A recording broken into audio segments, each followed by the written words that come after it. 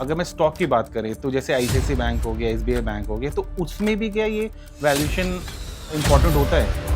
कि एक नंबर तो वो है जो स्टॉक एक्सचेंज पे आपको नज़र आ रहा है। अब आप अपनी डायरेक्ट वैल्यूएशन भी निकाल सकते हो और आप अपनी वैल्यूएशन जो आपने निकाला, अगर वो नंबर जो लिस्टेड नंबर आ रहा है उससे ज़्यादा है, तो इसका मतलब ये है कि अभी ये कंपनी का अपवर्ड पोटेंशियल ज़्यादा है। और अगर मान लीजिए ये वैल्यूएशन कम निकल के आ रहा है, इसका मतलब ये है कि इसके नीचे जाने के चांसेस है, क्योंकि इसकी इंट्रिंसिक वैल्यू या फिर जितनी वैल्यू इसकी होनी चाहिए, उससे वैल्यू इसकी ऑटोमेटिकली अभी ज़्यादा है, ठीक है? तो ये डिसीज़न मेकिंग के लिए जो स्टॉक एक्सचेंज पे प्राइस आ रहा है, वो एक प्राइस जो है वो आपको दिखाई दे रहा है। बेस्ट वे क्या है इसके इनपुट देखने के लिए कि इसका एक्चुअल में प्राइस क्या है, इसका मार्केट कैप कितना है? एक तो जो आपने मार्केट कैप बोला ना, देखो मार्केट कैप तो वहाँ पे आपको ऑटोमेटिकली नज़र आता ही है। आप ज़ीरोधा पे जाके देखें या फिर ट्रेडिंग व्यू पे जाके देखें या याहू फाइनेंस किसी पे भी देखें, तो वहाँ पर एक मार्केट कैपिटलाइजेशन नज़र आ ही रहा है। लेकिन वो जो मार्केट कैप नज़र आ रहा है, वो आपका डिमांड प्राइस की वजह से नज़र आ रहा है। अच्छा, नॉर्मल इन्वेस्टमेंट की बात करते हैं, जैसे वैल्यूएशन बिजनेस में वैल्यूएशन करते हैं कंपनीज में, तो अगर मैं स्टॉक की बात करें तो जैसे आईसीआईसीआई बैंक हो गया, एसबीआई बैंक हो गया, तो उसमें भी क्या ये वैल्यूएशन इम्पोर्टेंट होता है? देखिए क्वेश्चन यहाँ पे ये निकल के आता है कि क्या हम वैल्यूएशन के मेथडोलॉजीज़ को, अगर हम स्टॉक मार्केट में इन्वेस्ट करने वाले हैं, क्या हम वहाँ पे अप्लाई कर सकते हैं या नहीं कर सकते? तो डेफ़िनेटली कर सकते हैं। देखिए, वैल्यूएशन के ओवरऑल पर्सपेक्टिव को समझे तो वैल्यूएशन किसी भी कंपनी का निकाला जा सकता है। बेशक उसके फाइनेंशियल्स अवेलेबल हैं, नहीं है, स्टार्टअप हो गया, ठीक है, मैच्योर कंपनीज़ हो गई, हाँ। वो कंपनीज़ हो गई जो स्टॉक एक्सचेंज पे लिस्टेड नहीं है और वो कंपनीज़ भी जो स्टॉक एक्सचेंज पे लिस्टेड हैं, ओके। ठीक है। लेकिन अब आप कहोगे कि उसकी वैल्यूएशन तो विज़िबल होती है स्टॉक एक्सचेंज के ऊपर, क्योंकि अगर आप देखोगे तो बहुत सारे नंबर्स ऑटोमेटिकली स्टॉक एक्सचेंज पे जब आप देखोगे, कोई भी पोर्टल पे आप देखें, तो वहाँ मार्केट कैपिटलाइजेशन आ रहा है, एंटरप्राइज वैल्यू निकल के आ रही है, तो एक वैल्यूएशन निकल के आ रही है। तो अब एज एन इन्वेस्टर क्या हम उसमें ये वैल्यूएशन की मेथडोलॉजीज़ को अप्लाई कर सकते हैं, और अगर कर सकते हैं तो कैसे कर सकते हैं? हम्म। ठीक है। तो ये पर्सपेक्टिव रहता है। और अगर हम देखें कि हाँ, स्टॉक मार्केट में किस तरह से ये वैल्यूएशन अप्लाई किया जा सकता है, तो आप इसको इस तरीके से समझिए कि एक नंबर तो वो है जो स्टॉक एक्सचेंज पे आपको नज़र आ रहा है। सपोज़ करिए कि हम एंटरप्राइज़ वैल्यू की बात करें, किसी कंपनी की ओवरऑल वैल्यूएशन की बात कर रहे हैं, ठीक है? तो आप किसी भी पोर्टल पे याहू फाइनेंस पे जाके देखेंगे या फिर कोई एक्सवाईजेड किसी भी पोर्टल पे देखेंगे आप, तो वहाँ पे एक एंटरप्राइज़ वैल्यू निकल के आ रहा होता है, ठीक है? तो वो एक कैलकुलेशन ऑटोमैटिकली कहीं न कहीं सिस्टम्स निकाल के दे रहे हैं। अब आप अपनी डायरेक्ट वैल्यूएशन भी निकाल सकते हो और आप अपनी वैल्यूएशन जो आपने निकाला, सपोज़ आपको ये सारे प्रोसीजर्स आते हैं, आपको ये सारी मेथोडोलॉजीज़ आती हैं, उसके बेसिस के ऊपर आपने वो सब अप्लाई किया। अप्लाई करने के बाद आपका एक नंबर निकल के आया, ठीक है? अगर वो नंबर जो लिस्टेड नंबर आ रहा है उससे ज़्यादा है, तो इसका मतलब ये है कि अभी ये कंपनी का अपवर्ड पोटेंशियल ज़्यादा है, ठीक है? और अगर मान लीजिए ये वैल्यूएशन कम निकल के आ रहा है, इसका मतलब ये है कि इसके नीचे जाने के चांसेस है, क्योंकि इसकी इंट्रिंसिक वैल्यू या फिर जितनी वैल्यू इसकी होनी चाहिए, उससे वैल्यू इसकी ऑटोमेटिकली अभी ज़्यादा है, ठीक है?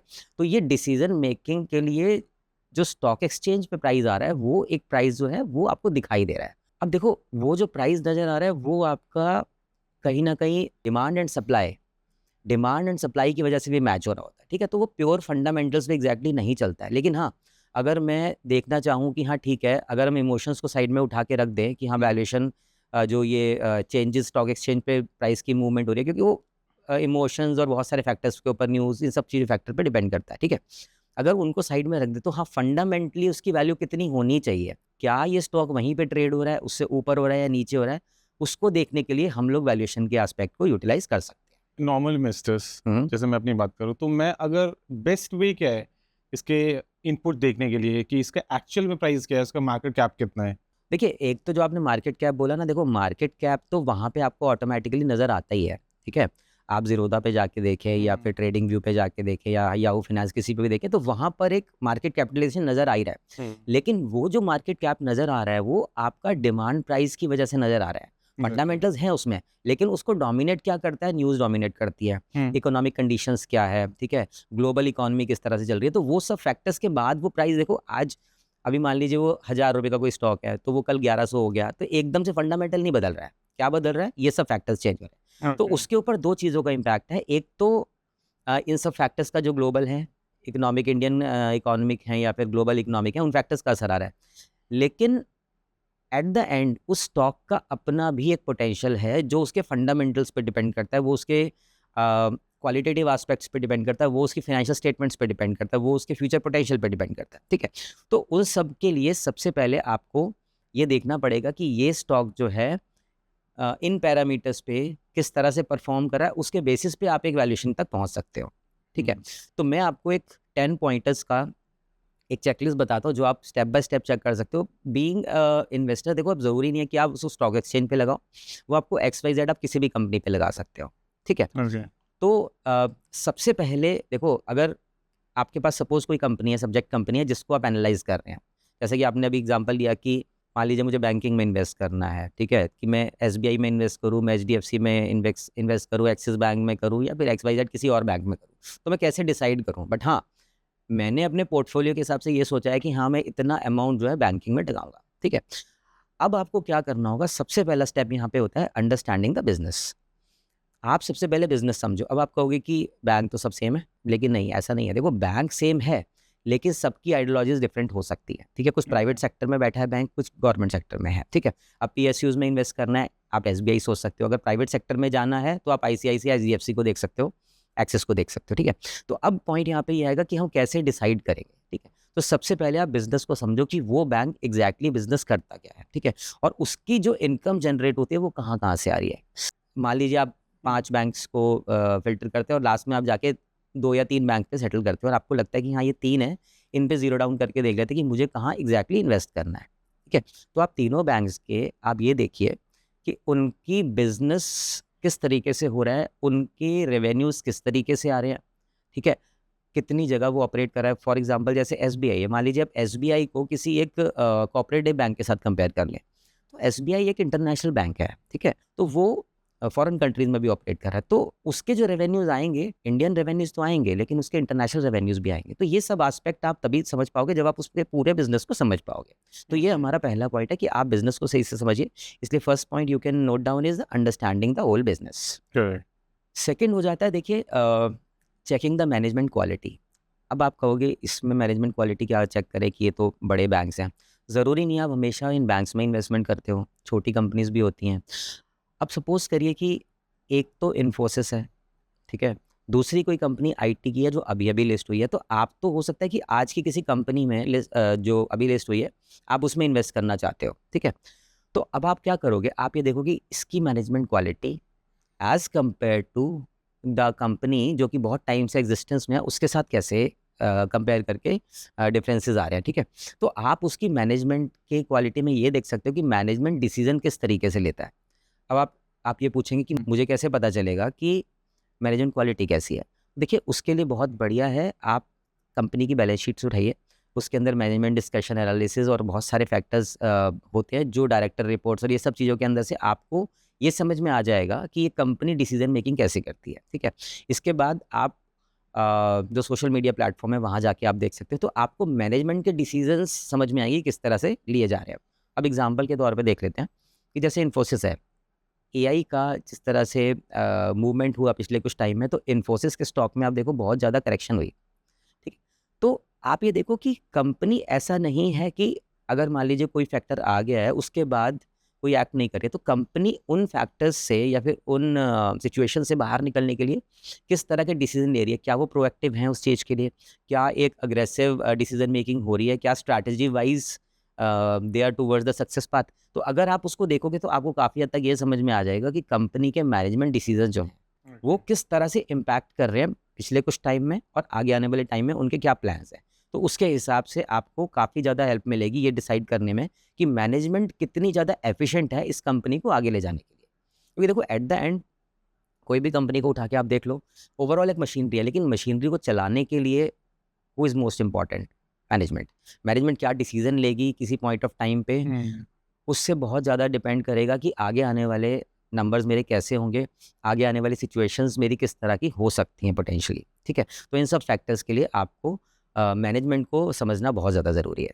बट ये भी तो फैक्टर है ना, कोई जैसा आपने बताया इन्फोसिस की बात कर रहे हैं, वो ऑलरेडी स्टैब्लिश कंपनी है, ठीक है, और एक न्यू IT कंपनी है, तो उसमें तो बहुत ज़्यादा गैप भी तो है एक्सपीरियंस को लेके, उसके फंडामेंटल्स एलिमेंट्स को लेके। उस टाइम मैनेजमेंट हम कैसे क्वालिटी उसकी चेक कर सकते हैं? देखो ऐसा है कि अगर मुझे फॉर एग्जांपल मुझे न्यू कंपनी या फिर न्यू स्टार्टअप पे इन्वेस्ट करना है आईटी के फॉर्म में, बिकॉज़ अगर मैं शेयर की बात कर लेता हूँ तो ऑलरेडी उसका शेयर हाई होगा। एक कंपनी जो न्यूली कंपनी उसको ऑटोमेटिक शेयर कम होता है, तो रिस्क फैक्टर भी ज़्यादा होता है, बट हाँ, एट लास्ट प्रॉफिटेबल भी वो समटाइम बन जाती है। तो उस टाइम पे हमें क्या ध्यान रखना चाहिए? देखो मैनेजमेंट वहाँ भी इम्पोर्टेंट है। अगर हम सिर्फ मैनेजमेंट पॉइंट ऑफ व्यू से बात करें तो आप ये देख सकते हो कि जो उसके फाउंडर्स हैं, उनका एक्सपीरियंस क्या है? क्या ये इस बिज़नेस में पहली बार हैं? ठीक है? या फिर आप देखो उस कंपनी के अगर आपके पास बिज़नेस प्लान, पिच डेक्स कहीं अवेलेबल हैं, या फिर आप कहो, अब मान लेते हैं कि चलिए स्टार्टअप ही है, अभी कुछ टाइम उन्होंने चलाया और उसके बाद स्टॉक एक्सचेंज पे लिस्टिंग में भी चले गए वो। तो जिस टाइम वो लिस्टिंग में जाएँगे तो उनको डीएचआरपी एक डॉक्यूमेंट होता है, वो फाइल करना होता है। आप उस डॉक्यूमेंट को इवैल्यूएट कर सकते हो, पढ़ सकते हो, ओके। और जो पब्लिक स्टेटमेंट्स आती हैं कंपनीज़ की, आप उनको देख सकते हो। तो उससे आपको आइडिया लग जाएगा कि मैनेजमेंट का क्या रोल है, ठीक है, ओवरऑल स्ट्रैटेजी मेकिंग के अंदर, और किस तरह से वो टैकल करते हैं। तो ऐसा नहीं होता कि कोई डॉक्यूमेंट अवेलेबल नहीं होगा। सपोज़ करिए कि वो लिस्टेड भी नहीं है, तो कहीं न कहीं आपको अगर ऐसी सिचुएशन में हो और आपको देखना ही है उसमें इन्वेस्ट करना है, तो you are active investor there, right? So you can always ask कि हाँ, आप अपना प्रोफाइल बता दीजिए, आप अपना बिज़नेस प्लान दे दो, तो आप बिज़नेस प्लान को देख कर के समझ में आ जाएगा आपको कि ये कंपनी किस तरह से इस बिज़नेस को टैकल कर रही है, उसकी मार्केट किस तरह से देखती है ये। तो ओवरऑल आपको उस केस के अंदर भी मैनेजमेंट के तौर पे जितने भी फाउंडर्स हैं, आपको उन फाउंडर्स का प्रोफाइल देखना पड़ेगा कि वो प्रोफाइल कैसा है, how capable they are to take this company forward. अच्छा।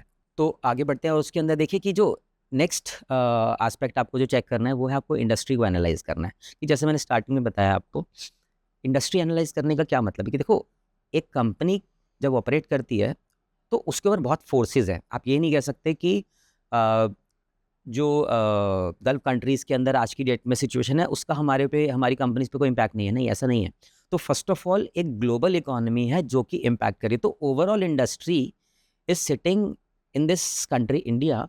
लेकिन इंडिया बाकी सब कंट्रीज़ के साथ जो उसके ट्रेड्स हैं या फिर वर्ल्ड इकोनॉमिक सिचुएशन है, उसकी वजह से भी कंपनीज़ के ऊपर इम्पैक्ट आता है। तो सबसे पहले आपको ग्लोबल सिनेरियो में ये देखना होगा कि उस कंपनी का क्या जो वे फॉरवर्ड है, और उसके हिसाब से कंपनी के जो नंबर्स हैं वो किस डायरेक्शन में जा रहे हैं, पोटेंशियल कितना है, मार्केट कैपेसिटी कितनी है, ठीक है, टोटल एड्रेसेबल मार्केट कितनी है, कितनी मार्केट को आज की डेट में हम सर्व कर रहे हैं, कर पाएंगे। ओके। सपोज करिए कि कोई फ्यूल रिलेटेड कंपनी है, ठीक है, तो ऐसी सिचुएशन में आपको पता है कि फ्यूल प्राइसेस जो है बहुत हाई जा रहे हैं, तो कहीं ना कहीं उसका इम्पैक्ट आएगा। तो ग्लोबल इकोनॉमी को स्टडी करना सबसे पहले इंपॉर्टेंट है। तो इंडस्ट्री एनालिसिस के अंदर हम क्या करेंगे, सबसे पहले ग्लोबली चेक करेंगे। ग्लोबली चेक करने के बाद हम ये देखेंगे कि इंडियन पर्सपेक्टिव में आज की डेट में कितने फोर्सेस उस कंपनी के ऊपर एप्लीकेबल है, क्योंकि एक तो फैक्टर वो है जो ग्लोबली आ रहा है, उसके बाद गवर्नमेंट भी है जो रेगुलेशंस बना रही है, हर दिन रेगुलेशंस चेंज हो रहे हैं, ठीक है, टैक्स के पैरामीटर्स हैं, ठीक है, और इंडिविजुअल कंपनी स्पेसिफिक भी कुछ फैक्टर्स होते हैं। उसके बेसिस के ऊपर आप ये देख सकते हो कि इस इंडस्ट्री में चल क्या रहा है, ठीक है। तो सपोज करिए कि जैसे गल्फ कंट्रीज में प्रॉब्लम हुई, तो उसके बाद जो एयरक्राफ्ट्स की जो एविएशन इंडस्ट्री है, स्पेशली एविएशन इंडस्ट्री के अंदर फ्लक्चुएशंस आपको पता था पहले से आएगा। तो ये इकोनॉमिक फैक्टर्स ग्लोबली भी एक्ट कर रहे थे उस टाइम पे, और उस टाइम पे डोमेस्टिकली भी एक्टिवेट थे, ठीक है। तो वो सिनेरियोज को देखने के लिए आपको पूरी इंडस्ट्री को समझना ज़रूरी है। That is the third point. Okay. Fourth number में इसमें आ जाता है कि आप फिनेंशियल स्टेटमेंट्स को प्रॉपरली एनालाइज करिए, स्टडी करिए। देखिए, हम बात कर लेते हैं फिलहाल उन कंपनीज़ की जो कंपनीज़ के फिनेंशियल्स मेरे पास अवेलेबल हैं, और अगर मान लीजिए फिनेंशियल्स हिस्टोरिकली अवेलेबल नहीं है तो उसकी कुछ ना कुछ प्रोजेक्शंस होंगी। तो आपको ये देखना पड़ेगा, मान लीजिए प्रोजेक्शंस अवेलेबल हैं, तो आपको ये देखना पड़ेगा कि ये प्रोजेक्शंस जो हैं इंडस्ट्री के साथ कंपैरिजन में क्या प्रॉपरली सिंक हो रही हैं। सपोज करिए कि किसी इंडस्ट्री के अंदर, बैंकिंग की बात कर लेते हैं, कि उनके रेवेन्यूज जो है ईयर ऑन ईयर 10% से इंक्रीज करते हैं, और मान लीजिए कोई नया बैंक आ जाता है और ये क्लेम करता है कि हमारे जो रेवेन्यूज हैं वो ईयर ऑन ईयर 10% नहीं, 15%, 20% से करेंगे, ठीक है। तो वहाँ से आपको आइडिया लग जाएगा कि क्या ये as per the market dynamics चल रहा है या नहीं चल रहा है। हाँ। तो आपको वो स्टडी करना बहुत इंपॉर्टेंट है। तो फिनेंशियल प्रोजेक्शंस के अंदर आप ये देख सकते हैं, फाइनेंशियल सिचुएशन प्रोजेक्शंस तो एक चीज़ हो गई, दूसरी चीज़ आप ये देख सकते हो उसके करंट नंबर्स कैसे हैं, ठीक है, उसके रेवेन्यूज़ कैसे एक्ट कर रहे हैं, प्रॉफिट्स कैसे चल रहे हैं, एबिटडास कैसे आ रहे हैं, और कैश फ्लोज की क्या सिचुएशन है, कंपनी क्या डेट हैवी है। तो ये सारे फैक्टर्स के लिए आपको फाइनेंशियल स्टेटमेंट्स को स्टडी करना एटलीस्ट बेसिक लेवल पे आपको पता होना ज़रूरी है कि किस तरह से फाइनेंशियल स्टेटमेंट्स के अंदर नंबर्स मूव कर रहे हैं, और आगे आने वाले टाइम में किस तरह से ये नंबर जो हैं एक्ट करके आपकी वैल्यूएशन को प्लस या माइनस कर सकते हैं, ठीक है। अगर आपको ये नज़र आ रहा है कि पिछले कुछ टाइम में सपोज़ किसी कंपनी का वैल्यूएशन देख रहे हैं, आपको ये पता है कि एबिटा जो है लगातार डिक्रीज़ ही करते जा रहे हैं, तो आपके लिए तो स्टार्टिंग में ही नो हो गया कि यार छोड़ दो, ये कंपनी को नहीं देखना है आगे। आपके पास 5 अलग-अलग कंपनीज़ हैं, तो आपको एबिटा की हेल्थ देख के समझ में आएगा कि क्या मुझे इसमें जाना है या नहीं जाना। तो ऐसा हो सकता है कि आपका जो यूनिवर्स है, यानी कि जिन कंपनीज़ को आप स्टडी कर रहे हो 10 हों, और इन सब फैक्टर्स के ऊपर आपने first, second, third, fourth check के बाद फोर्थ के बाद ऐसा हो सकता है कि आपके पास 3 ही कंपनीज़ बचें। तो ये सारे चेक्स लगाना ज़रूरी है, और financial statements are most important aspect.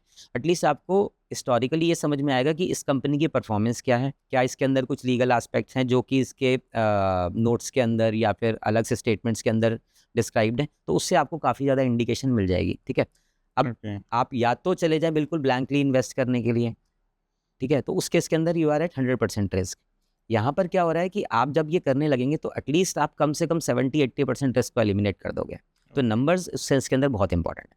Next aspect basically financial से रिलेटेड है, तो प्रॉफिटेबिलिटी आपको मेजर करनी है। जैसे कि मैंने आपको बताया कि प्रॉफिटेबिलिटी हर बिजनेस की अलग अलग तरीके से देखी जाती है। क्या मैं उसको एबिटा लेवल पे देखूंगा, या फिर मैं उसको एबिट लेवल पे देखूंगा, या फिर मैं उसके ऑपरेटिंग प्रॉफिट्स को ही देखना चाहता हूँ। अगर मुझे कंपेयर करना है इंडस्ट्री के अंदर, तो मैं हो सकता है ऑपरेटिंग प्रॉफिट्स के हिसाब से देखूँ, ठीक है। लेकिन अगर मुझे अक्रॉस द सेक्टर्स देखना है कि मैं इन्वेस्ट करूँ या नहीं करूँ, तो ऐसा हो सकता है कि मैं उसके पैट को देखूँ, यानी कि प्रॉफिट आफ्टर टैक्स को देखूँ, उसके बेसिस पे कंपेयर करूँ। तो एट द एंड अगर आप एक इन्वेस्टमेंट में जाते हो तो 2 तरीके आप देखते हो कि आपको बेनिफिट होगा।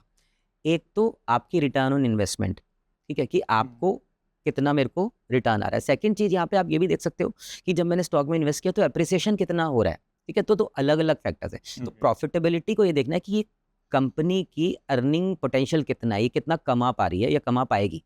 आप उसी चीज़ पे बेट लगाते हो और मार्केट में उसी बेसिस के ऊपर आप इन्वेस्ट करते हो। या फिर आप अगर मान लो नॉर्मल इन्वेस्टर, आप एंजल इन्वेस्टर भी हो, तो भी आप इसी बेसिस के ऊपर इन्वेस्ट करते हो कि हाँ, आगे आने वाले टाइम में मुझे कितना एप्रिसिएशन मिल सकता है। ओके। सिक्स्थ पॉइंट देखिए, यहाँ पे क्या है कि you need to evaluate the growth. हमने देख लिया कि आज की डेट में कंपनी बहुत परफॉर्म कर रही है ना, बहुत अच्छे नंबर्स आ रहे हैं, मेरे को प्रॉफिटेबिलिटी भी बहुत सही आ रही है, लेकिन मुझे ये नज़र आ रहा है कि इसके आगे आने वाले ईयर्स में इसका पोटेंशियल जो है या फिर इसकी ग्रोथ है वो काफ़ी अच्छी है as compare to other companies और companies in the peer group, ठीक है। मान लीजिए कि इस इंडस्ट्री का जो एवरेज है प्रॉफिटेबिलिटी का सपोज 10% है, ठीक है, लेकिन आप जिस कंपनी को स्टडी कर रहे हैं हो सकता है उसका 13%, 15% में भी ज़्यादा हो, ठीक है। तो आपको ये समझ में आ रहा है कि ये बाकी से बेटर परफॉर्म कर रही है, तो इसके अंदर as we are considering risk, तो क्या मैं ये स्टेप लेने के बाद क्या मैं उस नंबर को अचीव कर सकता हूँ। तो अगर मेरे को लगता है कि हाँ 13%, 15% हो सकता है और बाकी कंपनी मुझे 10% देंगी, तो आप ऑब्वियसली बड़े नंबर के साथ जाएंगे कंसिडरिंग द रिस्क। या रिस्क भी उतना हो जितना आपको रिस्क रिटर्न मिल रहा है, ठीक है। पता चले कि आपको रिस्क बहुत ज़्यादा है, रिटर्न उसके बदले में कम आ रहा है। सपोज करो थोड़ा सा रिस्क बढ़ाने से आपके रिटर्न बढ़ सकते हैं, तो आप उसको कंसिडर कर सकते हो कि हाँ इसके अंदर इन्वेस्टमेंट किया जा सकता है। तो rather than stand alone numbers कि आज मेरी बैलेंस शीट क्या बोलती है, मेरे प्रॉफिट लॉस स्टेटमेंट क्या बोलती है, ये बहुत ज़्यादा इंपॉर्टेंट है कि मेरी ग्रोथ कैसे होगी। अब जैसे कि इन्फोसिस का एग्जाम्पल है, they are in question, right. तो आज इन्वेस्टर ये देख रहा है कि इस एआई वाली बैटल को इन्फोसिस किस तरह से डील करेगा। सपोज करिए कि इन्फोसिस कुछ ऐसा ले आया जो उन पैरामीटर्स के ऊपर बाकी सबकी कैपेसिटी से ऊपर हुआ, तो एक बेसिक लेवल पे हिस्टोरिकल हिस्ट्री तो उसकी बहुत स्ट्रांग है ये, लेकिन अगर उसने ग्रोथ भी दिखा दिया तो उस कंपनी के अंदर investment will be very fruitful, ठीक है। तो ये आप ग्रोथ के पैरामीटर से समझ सकते हो कि ग्रोथ कितनी हो रही है। कोई कंपनी ऐसा हो सकता है बहुत अच्छे नंबर आज दिखा रही हो, अगर उसकी ग्रोथ ही आगे आने वाले टाइम में गिरने वाली है तो फिर उसके अंदर इन्वेस्ट करने का कोई पॉइंट नहीं है, बेशक आज के डेट में कितने भी स्ट्रॉन्ग नंबर। इसलिए ग्रोथ बहुत ज़्यादा इंपॉर्टेंट है जब आप इन्वेस्टमेंट करते हैं। नेक्स्ट आ जाता है इसके अंदर, देखिए फाइनेंशियल हेल्थ। अब आप कहोगे फाइनेंशियल हेल्थ कैसे देख सकते हो। फाइनेंशियल हेल्थ देखने के लिए आपके पास बहुत सारे पोर्टल्स हैं, जैसे ज़ीरोदा है, मैंने आपको बताया, रेडिफ है अपना, उसके बाद याहू फाइनेंस है। तो इसके अंदर आप देखोगे ना, सारे financials are available at least for listed companies, और फाइनेंशियल्स के साथ रेशोज़ भी अवेलेबल है कि इस कंपनी का जैसे रेशोज आती हैं, उसमें से एक रेशो है जैसे पीई रेशो, वो तो आप देखते ही हो, ठीक है। फिर रिटर्न ऑन कैपिटल एम्प्लॉयड, तो इस तरह की रेशोज़ के बेसिस के ऊपर आप इवैल्यूएट कर सकते हो कि इसकी परफॉर्मेंस किस तरफ जाएगी, ठीक है। तो आप उस बेसिस के ऊपर भी डिसीजन ले सकते हो कि हाँ अगर मैंने नंबर्स देख लिए हैं तो आप एक नंबर को दूसरे के साथ क्लब करके देखते हो। जैसे मैं बोलता हूँ प्रॉफिट मार्जिन में आप क्या करते हो, आपका जो प्रॉफिट आफ्टर टैक्स आया है, नेट प्रॉफिट मार्जिन की बात करें, और आप उसको रेवेन्यू के साथ रेशोज निकाल के देखते हो, तो आपने एक 2 नंबर को कनेक्ट करके एक रेशो निकाला, ठीक है। तो ऐसे बहुत सारे रेशोज होते हैं कि आपने अगर एसेट लगाया है तो रिटर्न ऑन एसेट्स क्या है, रिटर्न ऑन कैपिटल एम्प्लॉयड क्या है, तो उस बेसिस पे बहुत सारे नंबर्स निकल के आते हैं, जिस बेसिस के ऊपर आप ये डिसाइड कर सकते हो कि मेरी कंपनी और जो कंपनी इस इंडस्ट्री में बेस्ट है या फिर पीआर ग्रुप में बेस्ट है, तो उसमें कितने डिफरेंसेस हैं, ठीक है। अगर मान लीजिए आज की डेट में मेरी कंपनी का return on capital employed suppose 20% आ जाता है और इंडस्ट्री की एवरेज 10%, तो बहुत अच्छी डील है, फिर आपको उसमें इन्वेस्टमेंट करना चाहिए, ओके। ठीक है। तो इस तरह से आप बहुत सारे रेशोज को यूटिलाइज करके भी डिसाइड कर सकते हैं कि इसका वैल्यूएशन जितना स्टॉक मार्केट में आ रहा है वो करेक्ट है या नहीं है। काफ़ी हद तक उससे आपको आइडिया लग जाएगा। ओके। नेक्स्ट आ जाता है हमारा इंट्रिंसिक वैल्यू। देखिए, अब इंट्रिंसिक वैल्यू थोड़ा टेक्निकल साइड पे चला जाता है। ये उन यूजर्स के लिए है, देखो आपने अगर इतने पॉइंट्स भी कवर कर लिए तो आप मान के चलो कि आपने लगभग 60-70% रिस्क को मिनिमाइज कर लिया। लेकिन नेक्स्ट लेवल क्या है? नेक्स्ट लेवल उन लोगों के लिए जिनको थोड़ा बहुत फिनेंशियली अंडरस्टैंडिंग है कि हाँ डीसीएफ मेथोडोलॉजी कैसे लगाई जा सकती है या फिर रिलेटिव वैल्यूएशन कैसी लगाई जा सकती है। हाँ, और कई कंपनीज ऐसी हैं जो वैल्यूएशन करके दे देती हैं, तो उसके कुछ ना कुछ बेसिस डीसीएफ भी होता है, कई बार मार्केट मल्टीपल्स भी होता है, तो आप डायरेक्ट देख के भी पता लगा सकते हो। लेकिन उससे कहीं ज़्यादा बेटर है कि आप अपने लेवल पे इवैल्यूएट करो कि ये जो कंपनीज हैं, ठीक है, ये जिस भी कंपनी का वैल्यूएशन करने जा रहे हैं उस कंपनी का मल्टीपल्स में इंडस्ट्री के साथ कंपेयर करके एक वैल्यूएशन निकालो। एक जो स्टॉक मार्केट पे आ रहा है वो तो है ही है, ठीक है, लेकिन मैं भी निकाल के देखूं कि बाकी का तो इतना मल्टीपल आ रहा है लेकिन आज इसका ये दिखा रहा है। सपोज करिए कि मार्केट का जो मल्टीपल है, सपोज रेवेन्यू मल्टीपल 5 का है और आपकी कंपनी का जो मल्टीपल है वो 3 आ रहा है अभी, तो आपको लग रहा है कि 3 से 5 जाया जा सकता है अभी, ठीक है। तो ये एक पोटेंशियल नज़र आ रहा है आपको, ठीक है। तो लेकिन ये थोड़ा टेक्निकल हो जाएगा, ये उन लोगों के लिए नहीं है जिनको बिल्कुल वैल्यूएशन का नॉलेज नहीं है।